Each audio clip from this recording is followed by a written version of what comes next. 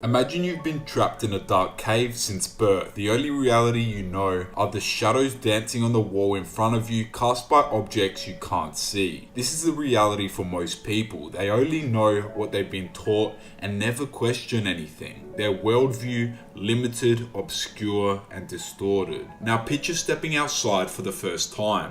The sunlight is blinding, your eyes hurt, everything is overwhelming. This transition from darkness to light is the essence of Plato's Allegory of the Cave. Plato originally wrote the allegory because of the death of his mentor Socrates, as he was killed for his way of thinking. In order to illustrate the levels of society and the reason for Socrates' death, Plato wrote this allegory. In Plato's allegory, prisoners are chained in a cave, facing a wall. Behind them burns a fire. The fire represents light, but it isn't true light. The sun is a true light and represents enlightenment. Between the fire and the prisoners, there's an area where people move objects that cast shadows on the wall. These prisoners think that these shadows are real because this is the only reality they know. They only know what they can see, hear, what they've been taught, and what they've been shown, but everything they know is coming from a controlled source. They're not able to directly perceive reality as it is, but they don't even know that. They don't know that they don't know.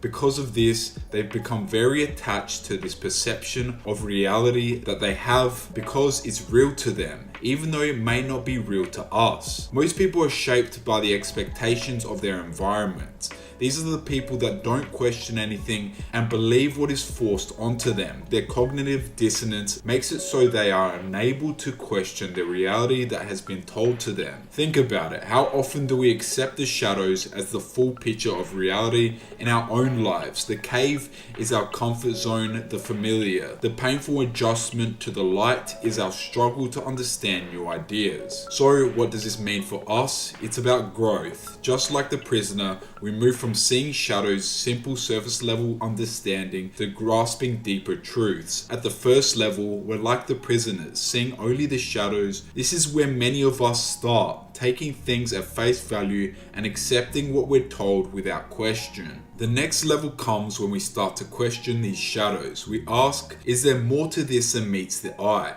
This is the beginning of critical thinking, where we start to seek out more information, different perspectives, and question our reality. But we are still too afraid to fully come to terms with the truth, because we may be scared of what others think of us or the fact that we may never be able to turn back. Breaking free from the chains is symbolic of breaking free from ignorance. It's painful and confusing, but it's necessary. This stage represents the struggle of learning the new way of understanding, as well as confronting the uncomfortable truths and unlearning the old way of thinking. The person at the top of the second level is covering their face in order to block the light. They can't handle the light yet, which means they can't handle the objective true reality, because it's difficult to change that quickly and to adjust your way of thinking. So these people are blind to the truth. On this level, you're still attached to your old identity from your environment, but you understand that this might not be the only truth. On the second level, people are able to step back enough to generate their own judgment, so they realize that they have two choices: either go back to what's comfortable or keep moving into discomfort of the new reality. Once we emerge from the cave on the final level of the allegory, the people at the top can see the world for what it truly is. Still confused, covering their eyes, slowly things become clearer and they understand that they will never see things the same again. It's the highest level of understanding. We understand that the shadows of the vase, bird, and tree on the lowest level symbolize what is seen in reality. The fire on the second level and the sun on the surface also symbolize the same thing: enlightenment. This level has nothing to do with being better than others. It's not about high IQ or how smart you are. It's only about the way you view the world